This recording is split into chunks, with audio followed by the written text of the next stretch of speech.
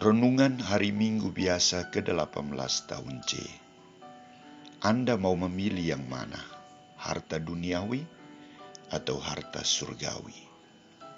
Bacaan pertama diambil dari kitab Pengkhotbah bab 1 ayat 2, bab 2 ayat 21 sampai 23. Bacaan kedua diambil dari surat Paulus kepada jemaat di Kolose bab 3 ayat 1 sampai 5, ayat 9 sampai 11. Dan bacaan Injil dari Injil Lukas bab 12 ayat 13 sampai 21. Saudara-saudariku terkasih, siapa yang tidak ingin untuk kaya, bahagia, memiliki banyak harta, memiliki banyak gelar dan jabatan? Semua orang, termasuk saya, menginginkan hal itu. Tuhan juga tidak melarang orang untuk memiliki harta duniawi. Yang tidak diinginkan Tuhan adalah keterikatan dengan harta duniawi. Sikap mendewa-dewakan harta duniawi dan tidak mempergunakan harta duniawi itu secara baik dan benar.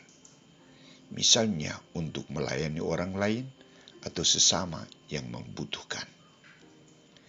Bacaan-bacaan suci hari ini menghantar kita agar lebih waspada menentukan pilihan secara baik dan bijaksana. Pertama, penulis Pengkhotbah memberikan kritik yang tajam akan sikap manusia yang mendewa-dewakan harta duniawi.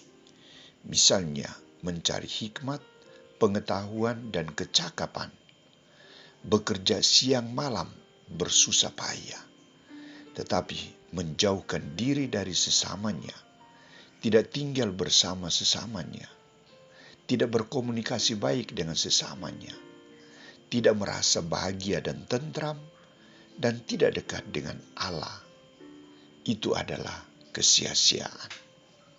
Atau dalam kenyataan lain, sering orang ingin untuk mewujudkan impiannya, tetapi kadang ia bingung dan tidak sanggup untuk mengatasi realitas atau kenyataan yang dihadapinya. Ia bingung dan tidak sanggup melihat makna kehidupannya. Itulah kesia-siaan. Apakah manusia tetap hidup dalam kesia-siaan? Saya kira tidak. Kalau tidak, bagaimana solusinya? Saudara-saudariku terkasih, terhadap kritik tajam dari Pengkhotbah, Paulus memberikan solusi secara praktis dan konkret. Pertama, Paulus memberikan perintah. Perintahnya adalah, pikirkan perkara yang di atas, bukan yang di bumi. Utamakan yang dikehendaki Allah, bukan yang dikehendaki manusia. Utamakan hal, tindakan, pekerjaan yang membawa hati yang damai dan tenang, bukan yang menyusahkan dan menyiksa batin sendiri dan juga orang lain. Hiduplah menurut hidup Kristus, karena Kristuslah hidup kita.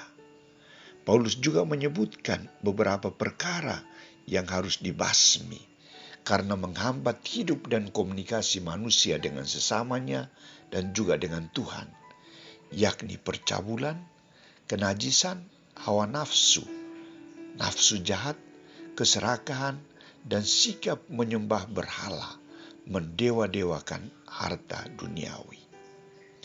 Kedua, Paulus juga mengajak kita untuk bertobat, menanggalkan manusia lama dan mengenakan manusia baru, mengutamakan kasih di atas segala-galanya.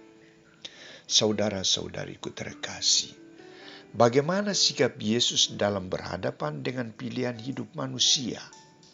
Mau utamakan harta surgawi atau harta duniawi? Sikap Yesus sangat tegas dan kritis. Pertama, Yesus secara tegas menolak untuk menjadi hakim dalam persoalan pembagian warisan. Siapa yang mengangkat saya menjadi hakim? Solusi yang diberikan Yesus adalah berjaga-jaga dan waspadalah atas segala ketamakan. harta milik sendiri, harta milik sering menjadi sumber konflik. Contoh yang nyata adalah sengketa warisan. Manusia yang mempunyai sulit untuk berbagi. Kedua, perumpamaan tentang si kaya yang menggambarkan kesia-siaan nafsu untuk menguasai dan mengumpulkan harta berlebihan, dan sikapnya menunjukkan ketamakan, kerakusan. Yang dipikirkan adalah lumbung, kekayaan, kenyang, dan istirahat, bukan manusia dan Tuhan. Benarkah sikap ini di mata Yesus? Yesus tegas mengatakan, "Hai kamu orang bodoh, nasib hidupmu itu di tangan Allah. Bila Allah mengambil hidupmu malam ini, siapa yang akan menguasai hartamu?" Maka tuntutan Yesus adalah berusaha untuk kaya di mata Allah, bukan kaya di mata dunia, menimbun harta duniawi. Saudara-saudariku terkasih, untuk itu apa yang perlu kita buat untuk memperoleh hidup yang kekal, hidup yang sejati?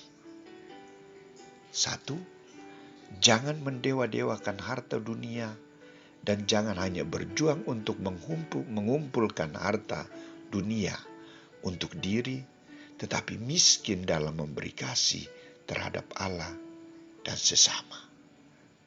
Kedua, jauhkan diri dari segala ketamakan dan kerakusan, dan basmilah dalam hidupmu percabulan, kenajisan, hawa nafsu, nafsu jahat, keserakahan, sikap menyembah berhala, dan mendewa-dewakan harta duniawi.